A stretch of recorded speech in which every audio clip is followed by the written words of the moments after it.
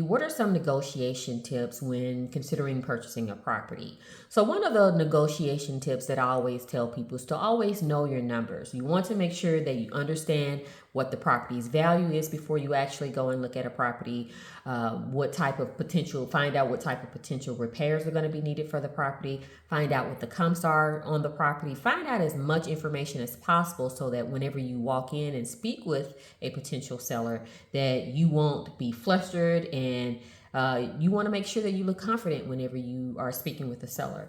And so with having all of those tools, the necessary tools in hand and all the data in hand, then you're able to make a better judgment call on whether or not this is a property for you, if this is something that will be a good buy. You want to also make sure that you understand what their pain points basically is. For example, if they're going through a divorce, or if they are going through foreclosure, or if they're having a loss in the family, you want to not necessarily take advantage of that, but knowing that kind of actually helps because you actually have a motivated seller. If you have any questions, feel free to drop them down in the comments. Thanks for watching. Talk to you soon.